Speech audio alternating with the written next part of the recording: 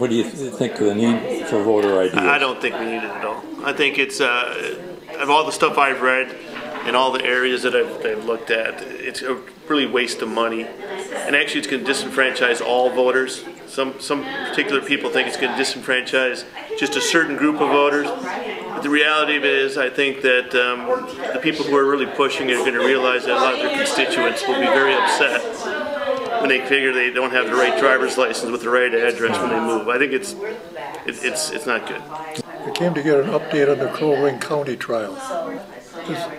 They've got, on the internet, if you look it up, you'll find court orders depriving some incompetent people from voting, but they voted anyway.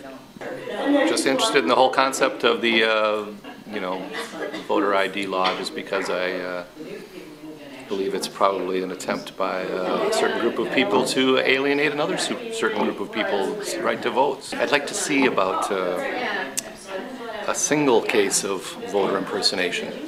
I'm here because I'm an election judge, and I know how the system works, and I think it works great, and I can see a lot of problems with what's been proposed. Well, I'm also an election judge, and I know that the system works very well, and that the judges are very dedicated to bipartisanship and making sure that we have free and fair and open elections, and I just wanted that to continue.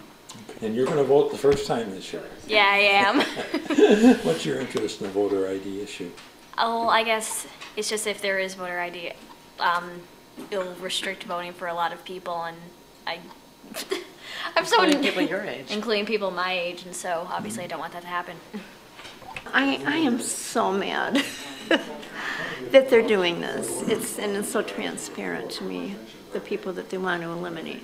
Actually, people like us, The issue, well, I think it's a very unfair thing that's being proposed. I look at it as comparable to the poll tax in the South in my family, who don't have a driver's license, and this would be a real hardship for them to have to go and get something, extra special, just to be able to vote, when right now they've been voting just fine and everything's been good. I think we ought to stand up for this being a participatory democracy, a fair and just one.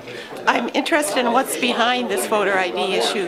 The American Legislative Exchange Council put together a template for legislators to present in legislatures across the country, and they're all presenting that. And the idea behind it is to get fewer people to vote, especially those that are most likely to vote Democratic. Just listening to what the pros and cons are, and seeing if I can clarify what's the right path to go for Minnesota.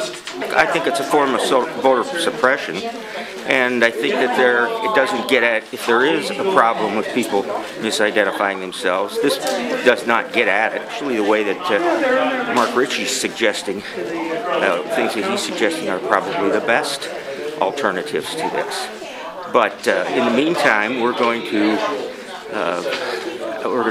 suppress a whole bunch of, maybe up to 500,000 voters who voted in the last election, and it's going to be on the basis of homelessness, age, older people, disability, kids who are at college, and those sorts of things. There's just no basis for it.